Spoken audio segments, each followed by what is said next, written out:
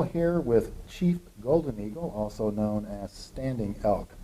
Golden Eagle is a Lakota chief and star altar keeper.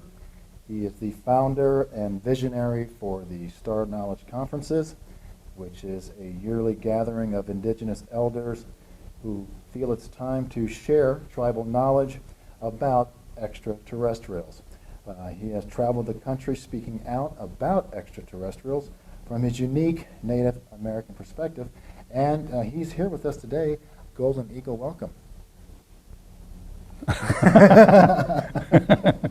We went through this before. We do have a studio audience here, so we're having fun with our studio audience as well. But you just had a great talk with us this afternoon, and we just really enjoyed having you, and welcome to our interview. Okay. Eagle, for those who don't know your work, how would you summarize it in terms of the message you're trying to tell everyone about the Star People?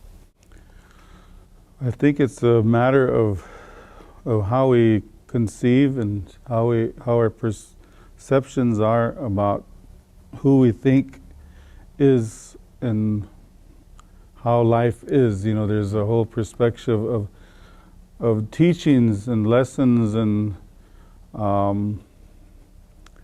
you could say thought forms that created a whole mess of imbalances in the human psyche. So our job through Spirit was to come in and to give another perspective that helps people to feel a little bit better about how things really are, because these are the same things that they've been holding within themselves, you know. So a lot of times when we're in groups like this, many of the things that we come for and to listen to are actual clarifications and verifications of what we're feeling ourselves, you know, what we already know, and that's about all that is. It's a clarification of a person's the way they're feeling in their heart way.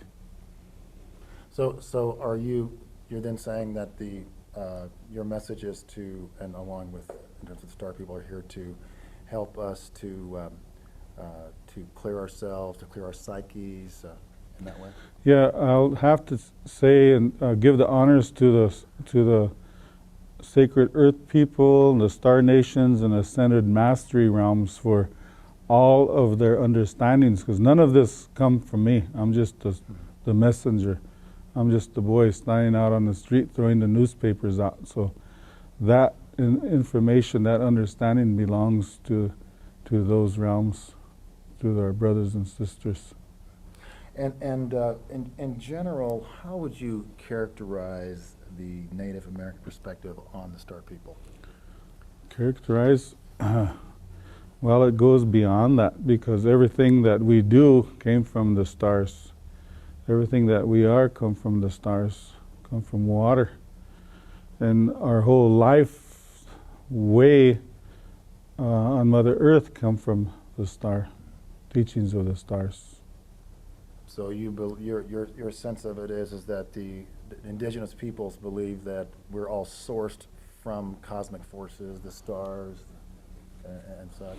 Yeah, we are stars, every one of us. If you look at the molecular structure of your body, of your water structure, it's all six-pointed stars. You're 70% water, so that makes you a star man, star woman. We're all from the foundation of water, which is the experience of this mother. Can you explain to our audience, like, what is a star altar keeper? We all are. We all are. We're basically, it's a fancy name. I don't know where that came from. But we all are products of star knowledge. And when I say star knowledge, is because everything that we're bombarded with today is energy from the sun. The sun is a star.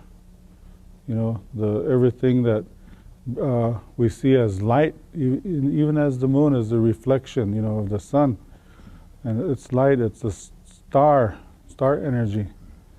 So the energy of love, everything that you think of, look at Dr. Emoto, if you look at all the beautiful terminologies, the basic positive means of thought forms all these six-pointed stars. So that's what we are. We're thought form. We created from a thought form.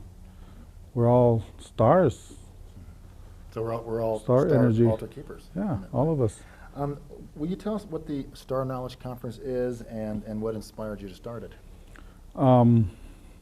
What started was with the spirit of the land asked us to do this, to create a formula for people that feel they don't have a voice, that could come and stand in front of everybody and tell their story and give their messages. And basically they're the same. They're basically all the same, and it's all beauty and how to live life, how to be happy, and how to create a beautiful world, a beautiful future for themselves. What are some of the elders talking about the star people? What are they coming out and speaking about, like prophecies and things like that? Prophecies are beautiful. That's all I could say. You know, there's so much propaganda out on negative prophecies, and if you notice, none of that ever comes true. None of the prophets? None of the prophecies come true because they're prophesized after the action. Look at Japan. Who prophesied Japan? Not me. Yeah. Not me. I don't want to prophesize anything negative, you know. If that's a negative, well, that's not what I've seen. I haven't even dreamed it. Other people have, you know, so there hasn't been anybody that stood out front saying there's going to be a tsunami in Japan, there'll be earthquakes and radiation. There's going to be all this. So prophecies need to be changed by living the positive energies in your life. Your walk will change prophecy. So are there any native prophecies around the return of the star people? The return, they've always been here. That's true. Everybody on this planet is a star person. Well, how do you feel about the Hopi prophecies about us going into the fifth world? We've gone through that already. Yes. You think we're already in the fifth world? Yes. Yeah, that makes sense. There's a lot more than that, though. You know, Yeah.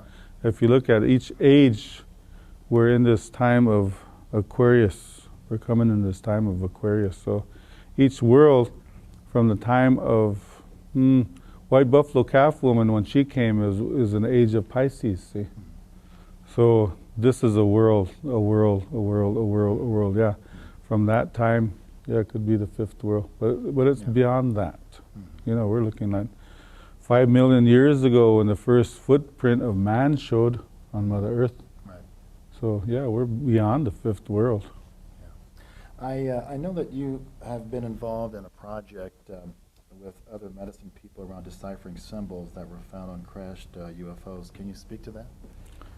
Yeah, because those were, there's a lot of this I have fun with, because I always tell people, you know, there's nothing that we could prove.